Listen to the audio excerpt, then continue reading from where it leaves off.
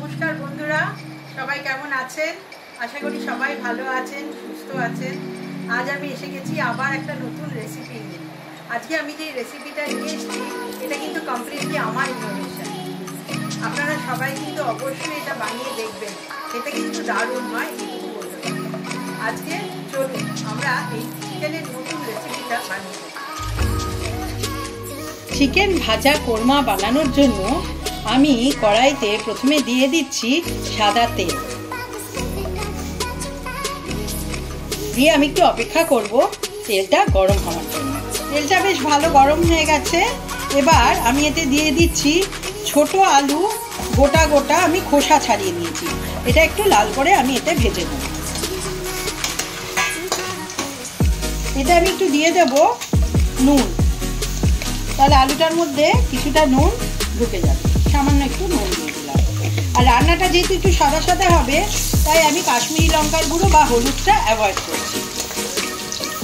আলুগুলোকে আমি তুলে নিয়েছি ভালো করে ভেজে। এবার আমি চিকেনগুলোকে ভেজে নেব।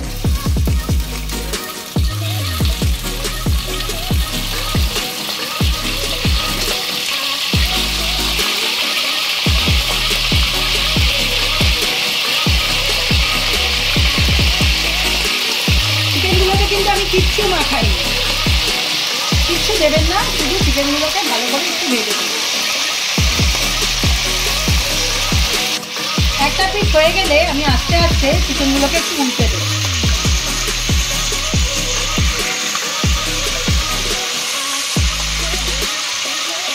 চিকেনগুলোকে কিন্তু ভালো করে ভেজে নেবেন, তাহলে দেখবেন সেদ্ধ হতেও আর বেশি সময় লাগবে না, আর টেস্টটাও ভীষণ ভালো হয়।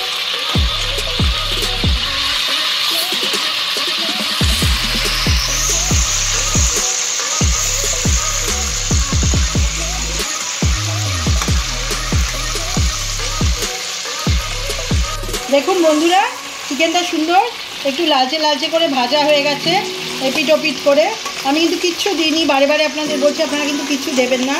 একটু ফাটতে পারে, একটু সাবধানে ভাজবেন আপনারা ভাজবার সময়।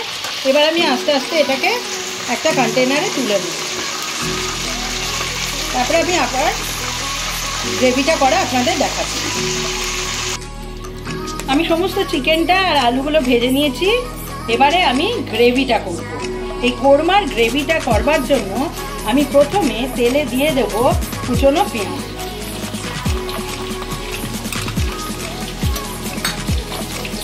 কুচনো পেঁয়াজটা ভালো করে লাল করে ভাজতে হবে।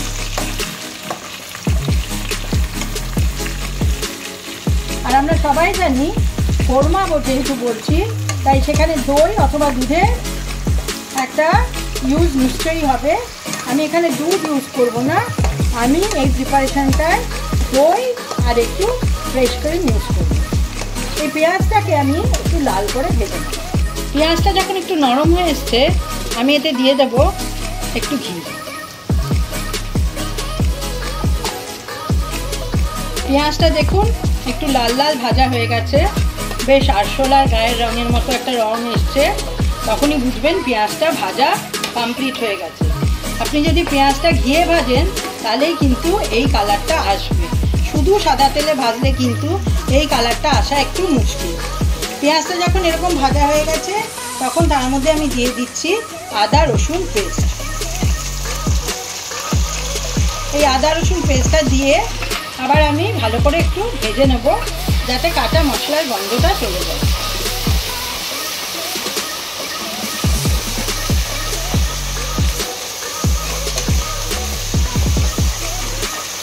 ভালো করে এই আদা রসুনটাকে একটু মিনিট 2-3 ভেজে নেব। এই রান্নাটাতে কিন্তু কোনো গরম মশলা পড়বে না বা টমেটোও পড়বে না, হলুদ লঙ্কার গুঁড়ো কোনোটাই এটাতে লাগবে না।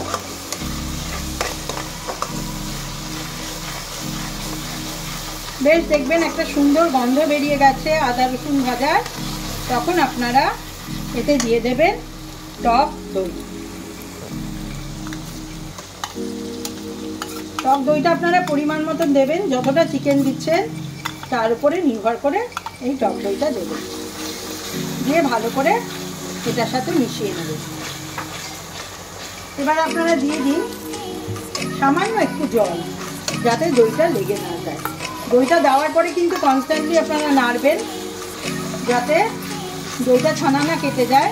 আর একটা টিপস আপনাদের আমি দিয়ে দিচ্ছি, দইটা যখন ফেটাবেন তখন 1 চিমটি ময়দা তাতে দিয়ে দেবেন, যাতে দইটা যখন আপনারা এতে দেবেন কোনোদিনও কেটে যাবে না। যে কোনো রান্নায় দেওয়ার আগে দই ফেটানোর সময় যদি আপনারা একটুখানি ময়দা তাতে দিয়ে তারপরে ফেটান, তাহলে কিন্তু দইটা ফেটে যাবে না। দেখুন রান্নাটার থেকে, মশলাটার থেকে বেশ সুন্দর একটা তেল বেরিয়ে এসছে আর খুব সুন্দর একটা স্মেল বেরোচ্ছে। আমি আরেকটু জল এতে অ্যাড করে দিচ্ছি। দই যেটাতে ছিল আমি সেই দইয়ের ধোয়া জলটাই এটাতে একটু অ্যাড করে দিচ্ছি, দিয়ে আমি এতে দিয়ে দেবো পরিমাণ মতো নুন।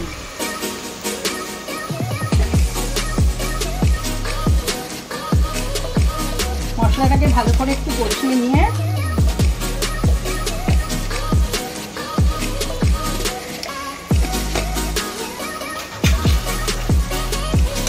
যেহেতু আমি এতে টক দই দিয়েছি, তা আমি সামান্য একটু চিনি এতে ব্যবহার করব, যাতে টেস্টটা ব্যালেন্স হয়ে যায়। আর আমি এতে দেবো 4টে চেরা কাঁচা লঙ্কা। ঝালটা আপনারা আপনাদের টেস্ট অনুযায়ী দিতে পারেন। মশলাটা থেকে বেশ ভালো তেল বেরিয়ে গেছে। এবার আমি এতে দিয়ে দেবো চিকেনগুলো। ভেজে রাখা যে চিকেনগুলো ছিল সেই চিকেনগুলো আমি এতে দিয়ে দেবো, দিয়ে ভালো করে মশলাটার সাথে চিকেনগুলো মিশিয়ে নেব। আর আমি দিয়ে দেবো ভেজে রাখা আলু। আলুটা অপশনাল, আপনারা চাইলে দিতেও পারেন, আপনারা চাইলে নাও দিতে পারেন। এবারে আমি এতে আরেকটু জল অ্যাড করে কিছুক্ষণের জন্য কড়াটা চাপা দিয়ে দেব, যাতে চিকেনটা ভালো করে সেদ্ধ হয়ে যায়। এমনিতে হাফ সেদ্ধ কিন্তু হয়ে গেছে, আপনারা যেহেতু যখন ভাজবেন তখনই দেখবেন অনেকটা সেদ্ধ হয়ে গেছে। একটু জল দিয়ে আমি এটাকে ভালো করে মিশিয়ে দিলাম, দিয়ে এবার আমি এটাকে ঢাকা দিয়ে দেবো এবং 10 মিনিটের জন্য এটা ফুটতে দেবো। দেখুন বন্ধুরা, আলুগুলোও সেদ্ধ হয়ে গেছে আর চিকেনটাও খুব ভালো সেদ্ধ হয়ে গেছে। এবার আমি এতে দিয়ে দেবো একটু কাজু বাদাম গুঁড়ো,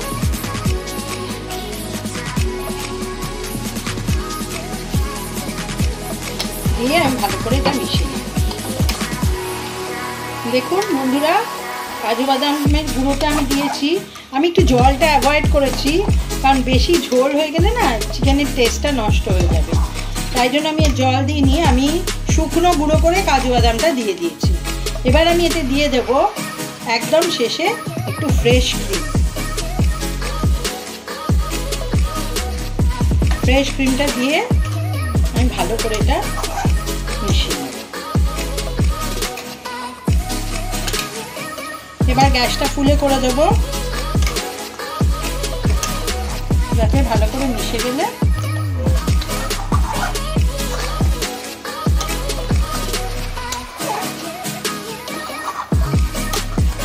দেখুন এরকম লঙ্কা এসছে, এটা খেতে দারুণ লাগে। পোলাও, ফ্রাইড রাইস, পরোটা অথবা লাচ্ছা পরোটা দিয়ে খেতে কিন্তু দারুণ লাগে। আপনারা এটা অবশ্যই বাড়িতে ট্রাই করবেন।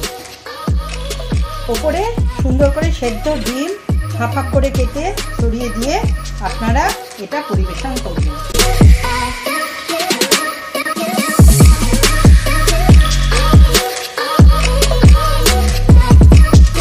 আশা করি আপনাদের সবার ভালো লেগেছে আজকের নতুন এই ফ্রাইড চিকেন কোরমার রেসিপিটা। আপনারা সবাই বাড়িতে এটা বানাবেন, আপনাদের সবার ভালো লাগবে। আগামী বাংলা নতুন বছরের অনেক শুভেচ্ছা, শুভ নববর্ষ সকলকে। আশা করি আপনাদের আগামী বছর খুব ভালো কাটবে। আমার ভিডিওটা যদি ভালো লেগে থাকে লাইক, শেয়ার আর সাবস্ক্রাইব করতে ভুলবেন না জানি। আর আপনাদের কমেন্ট করতে কিন্তু আমার বেশ লাগে, তাই অবশ্যই কমেন্ট করবেন। দেখা হবে আবার আগামী রেসিপি।